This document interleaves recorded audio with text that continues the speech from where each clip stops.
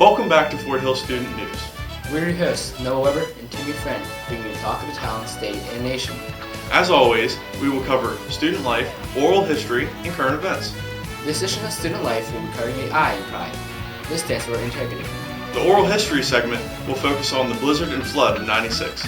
Current events will be about the local Rolling Mills project. Our shout out goes to Charlie McDaniel, who received an award from Mayor Brian Grimm for his attendance in school and interest in local activities. We would like to thank him for leading us in the Pledge of Allegiance each morning. Now on to student life.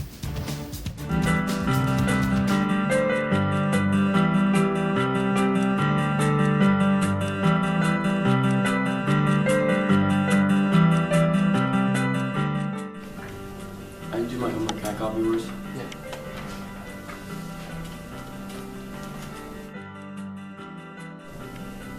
I didn't do my homework. Can I copy yours? No way. Cheaters never win, and winners never cheat.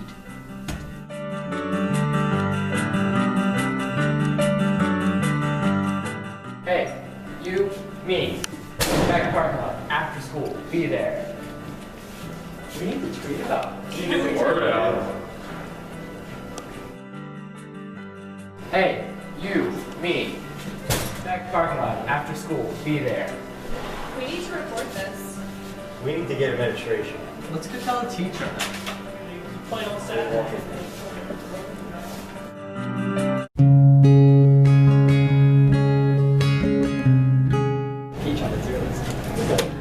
She is 6 actually, so she's higher than me. Gentlemen, you're allowed 6 at table, so you can sort this out for yourselves. Okay? Oh, it's my turn.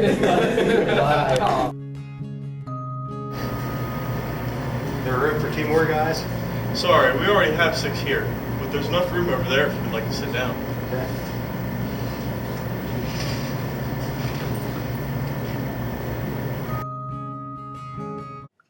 Did you know the Grand Canyon can hold around 900 trillion footballs?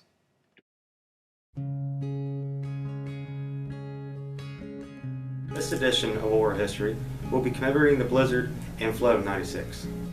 January 6th through January 10th, a massive blizzard came up the East Coast. This blizzard was known as the Blizzard of '96. Many states that the storm went through declared state of emergency, and at least 18 people died in storm-related crashes in Tennessee, New York, Maryland, North Carolina, and Virginia. This storm caused over $1 billion in damage, and a total of 154 people perished, many by traffic accidents. Pennsylvania suffered the most deaths with approximately 80 people. With the storm leaving many states in its path of a disaster, President Clinton declared those states a disaster zone. He also closed the federal government due to the snowstorm. To commemorate the 20th anniversary of the flood and blizzard of 1996, we interviewed some people. Here's what they had to say. There was pretty much an extreme amount of snow. I would say probably 32, 35 inches of snow on the ground. The National Guard was called in on that one because there was so much snow that they couldn't unbury the town of Midland. So the National Guard came in, and we had these fields, and they just built these giant snow pyramids in these fields because they had no place else to put it. I recall a lot of snow. I recall a lot of shoveling. I recall a lot of neighbors helping neighbors and a lot of preparation. I would say it was a good 5 to 7 days probably before you could really travel safely. I got home Saturday and our road got opened up Tuesday. Okay. So we were snowed in, we weren't going anywhere. I don't remember going anywhere for almost a week unless it was on foot. A big fat mess. Like I said, where I live, I'm down in a hollow, so all the water from down the mountain comes through the hollow, and there's a stream that runs through there, and you can always tell when the water's high. You can hear the stream. That stream's probably from one end of the hallway to the other to the road.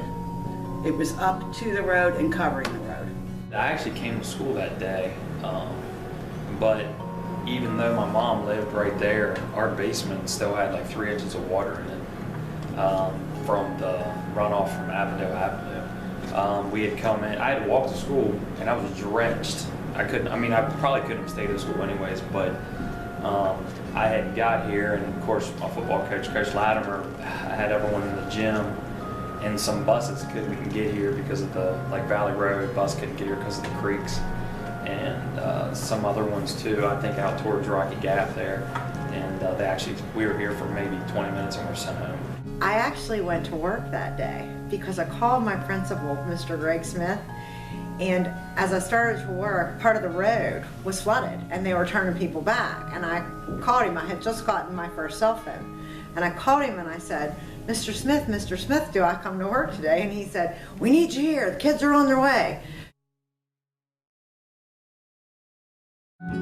Being in the fire department, when we didn't have school, I went home and stopped at the fire department, and throughout the day we pumped a whole bunch of basements. My dad's land was affected by the flood.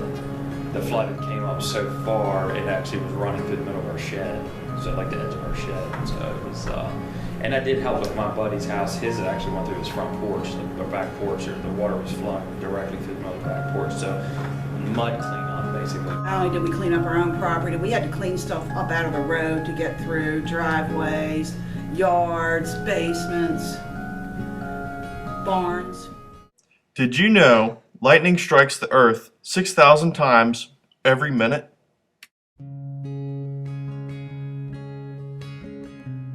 Hello, my name is Noah Weber. We're going to talk about the Rolling Mills Project. What is the Rolling Mills Project, you may ask? Well, the Rolling Mills Project is an attempt by the City of Cumberland to develop the Rolling Mills neighborhood. The neighborhood runs from Baltimore Avenue to Lamont Street and east to Maryland Avenue. The city plans to create a commercial center and new residential housing. This plan has not come without controversy. The city has made a decision about a community before directly contacting that community. Many residents are angered from this. The City of Cumberland, however, denies these claims. In December, Mayor Grimm visited Fort Hill High School and discussed the Rolling Mills Project. Here's what he had to say.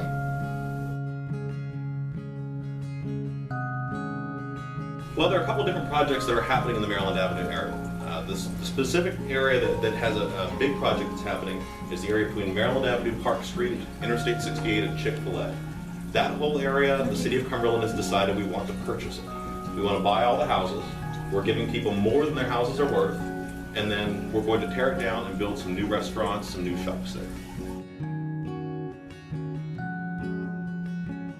We will help them. In fact, we have told people that if you can't find a house that you can afford, bring us a house that you want, and we'll work with you and make sure that you get it. Instead of just building where there are trees and forested areas all the time, we have to redevelop the land we currently have. So the only way that we can really redevelop, create more jobs, create more economic development, create more money and wealth moving through the community is to redevelop those lands. It doesn't mean that people shouldn't have good houses. We want them to. And in fact, that's why we're saying, let's give you enough so that you can get another nice house. But to create more jobs and more business, we have to redevelop the lands that currently have buildings on them. And that's going to be a challenge moving forward. They look at all kinds of things and determine, can they make more money by moving here?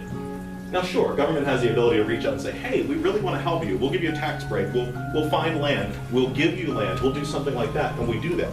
It's part of what's happening in the Maryland Avenue, where Rolling Mill is the other name that's being suggested for that area, because historically it was the Rolling Mill District.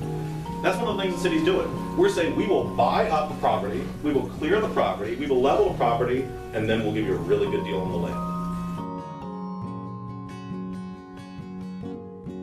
The things that are functional right now and worth investing in, we need to preserve and protect. For instance, on Washington Street, that's a perfect example. CSX just recently said that they were going to fix or replace bridges on Washington, Fayette, and Cumberland Streets. Did you know for every human, there are over 200 million insects? Did you know? Well, now you do, thanks to Fort Hill Student News. Thanks for watching. See you next time.